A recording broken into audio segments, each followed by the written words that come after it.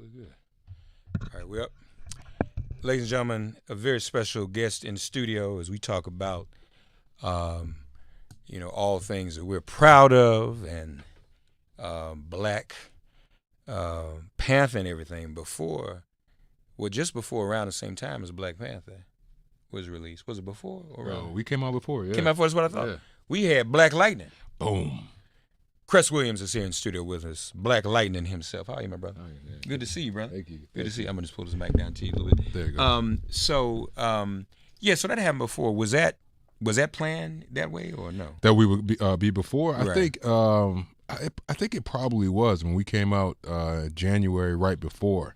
And as a matter of fact, I remember like watching one of our episodes and seeing people posting about how, when our episode was on, they see a commercial for Black Panther, and it's like, I'm watching Black Lightning and I'm seeing a commercial for Black Panther. Man, this is a great day. I never thought I'd see this day.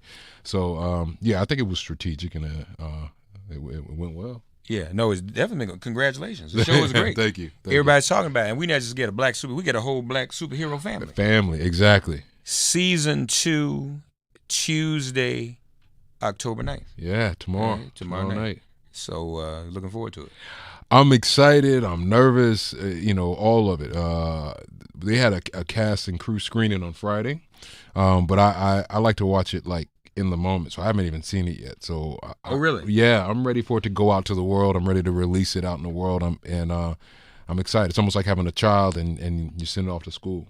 So how's it work? You all shoot, but everything is shot. You don't see the final product till they piece it all together. Yeah, I mean, Salim, the creator of the show, he's seen it, and the executives, they've seen a lot. And we're right now, we're shooting episode 10. We're doing 16. We're shooting episode 10 right now. So we shot quite a bit, and I haven't seen really a lick of it.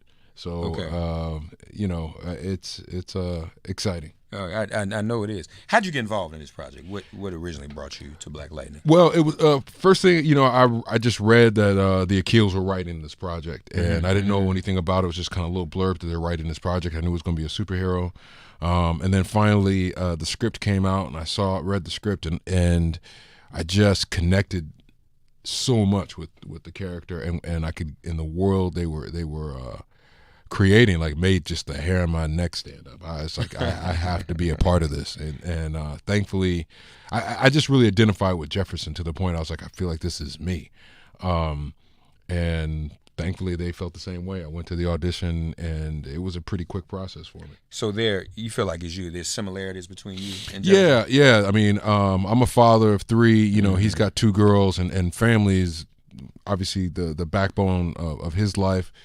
Family's very important to me. He's an educator, and from an acting standpoint, I went to college and majored in theater and went the educational route. I taught acting. I went to UCLA. Okay. Bruin. Yes. our winless Bruins. But I digress. I taught acting for 8 years, so all these kind of things, and mentored young actors, and so it was the aspects, kind of the backbones of Jefferson, I felt like were naturally mine. Yeah. So that fits in it. But what about some of the other superhuman qualities? Is there anything that you are superhuman about or exceptionally immortal about? Oh man, yeah. I mean, I touch things and they no, I don't. Superhuman. I mean, I think I have this weird mind. I retain a lot of weird information. Like, just like, I know faces. Really? Yeah, I know faces. I'm horrible with names, but I will see someone and know exactly where I met them and what they liked for dinner and all these different things. Yeah, it's really bizarre. But then I can't tell you what their names are. You know what's weird though?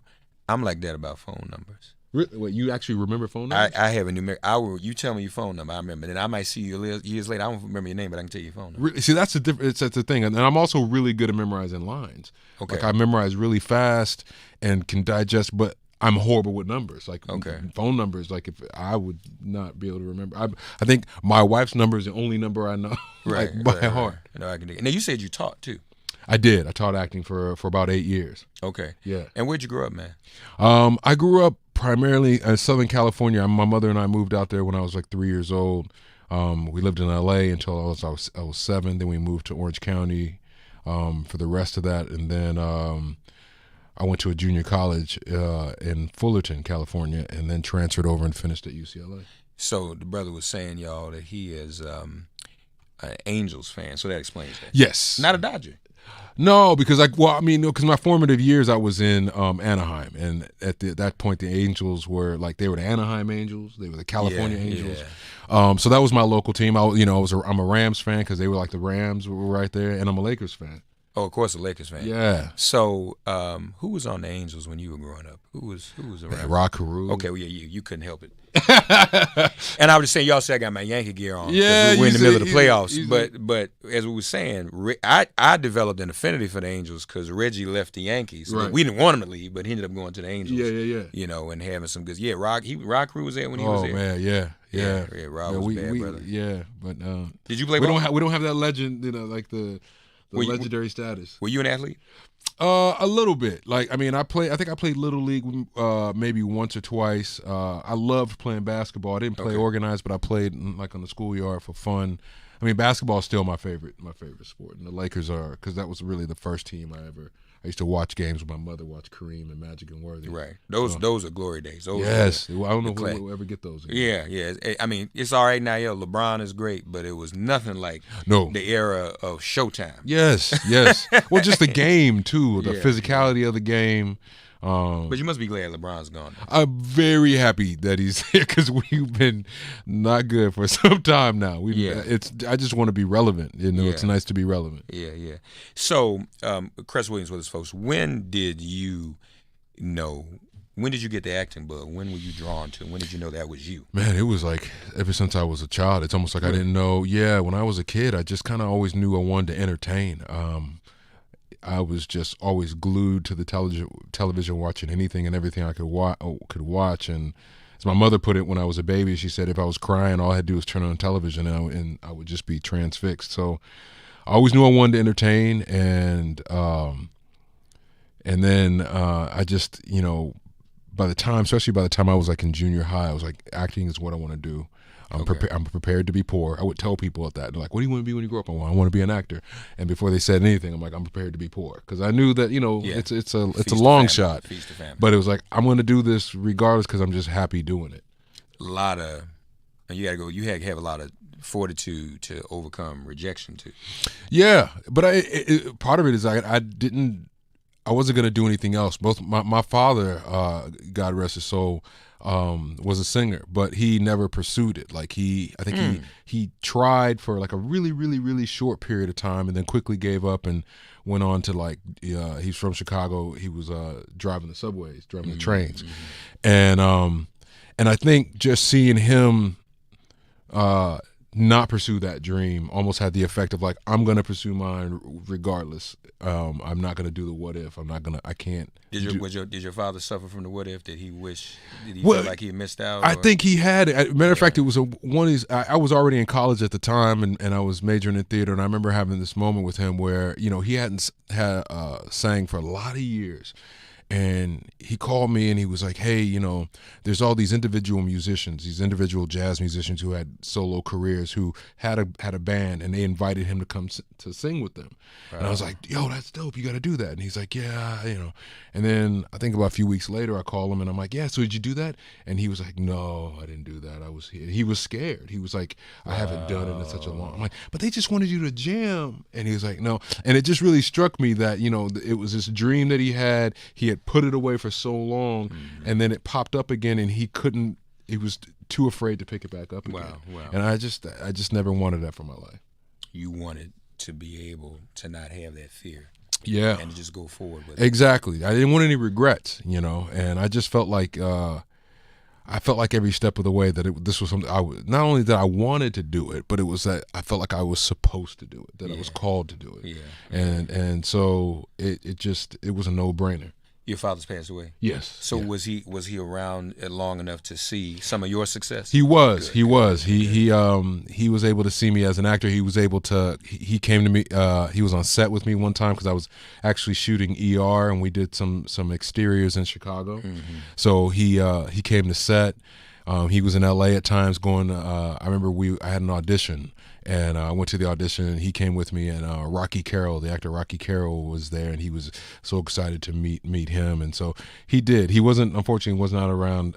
It was interesting last year, this whole ride of getting Black Lightning, because he's passed away. He passed away like 13 years ago. And this is a whole other level.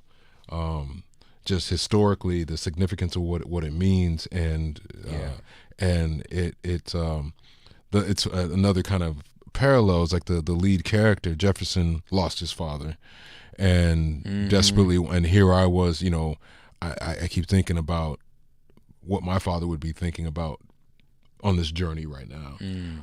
Matter of fact, we had a scene, I think it was in the finale or one of the finales, where I had this kind of dream sequence where the adult me comes downstairs and sees his father and has this conversation. And it was just it was tough to do, because it was like, art imitating life, life imitating art. So that must have been difficult to see. Or to portray that role. You mentioned, I mean, this is historic. Yes. I mean, Black Lightning of itself is historic. I mean, are you able? I know when you're in the midst of it, you can be very, very busy. Are you able to really appreciate how historic it is while you're in the midst of it? Not completely, and I think honestly, if I take the time to do that, it almost kind of mess things up, because I mean, I think it's best to just, like, I'm extremely grateful and honored to get this role. But I think if I focus on that, then it's almost like it's going to derail me from the job at hand. Because my job is really just to bring this character to life, to make sure I'm honest and telling the truth, to do my my absolute best. And I think if I get caught up in the scope of it, I might get overwhelmed. But also, I think anytime you're doing something historical, you're just doing it. It's not until time has passed that you realize that was historical. Yeah. When you step away from it, I guess you'll be able to appreciate it even more. What other projects you working on? I mean, right now I've been so busy. We're in the middle of the season. We're like shooting episode 10 right now. So I have other things in the works for the hiatus, and even trying to plant the seeds for years down the line when the show is over. Because you taught, so do you also have a vision of doing other things, producing, directing, writing? Yes. Which when I was younger, like, all I wanted to do was act, and people kept saying, "Oh, but you should do these other things," and but now I have the bug of producing and directing, especially directing, because it's so close to teaching, and I. Even on set, fortunately, some of our younger actors allow me to do it, but like they welcome my advice, and I'll give them some advice, and they'll be like, "So when are you going to direct an episode? When are you going to direct an episode?" So I'm going to get to that eventually. Yeah, no, that's great. Last question, I always ask this of African American actors. He already is a part of history, y'all. That's clear, and that's a beautiful thing. But if you could portray on screen a significant figure in African American history, who would you see yourself as? Man, you know what? I think I would love to play John Coltrane. Whoa, I'm about that. Yeah. Let's do it. Yeah. My son, his middle name is Coltrane. What? Yeah, we named him Coltrane. Like, there's just. I would love to do so John Coltrane. I had Don Cheadle in, and he was talking about Miles Davis. Yes, he did it. Yes. I had Nate Park in, he talked about Nat Turner and did it. Yeah. Tommy Davidson said he's going to do Sammy Davis Jr. And can't you see that? Yes. So I. Yes. Let's do it. And listen, you got the resources. You can put that together. Yeah. And that hasn't been done. No, it hasn't. Okay, I'm all about that. Yeah. Cress Williams, ladies and gentlemen. Black Lightning premieres Tuesday, October 9th, which is tomorrow night. Yeah. Check it out. Again, it's great and it's historic, and it's good for a change to see black superheroes. And real life, this brother's a superhero. He's a father, and kind of fulfilling his father's dream at the same time, and that's Yeah. some real superhero stuff right there. Oh, thanks, man. Yeah, no, seriously, and I feel that for you, man, and very proud of that. And I know he's smiling down upon you too. So Thank you. Cress Williams, ladies and gentlemen, please check out Black Lightning. Thank you, Chris. Thank you. Good to see you, man. All right, Yeah. bless you, brother. All Okay. right.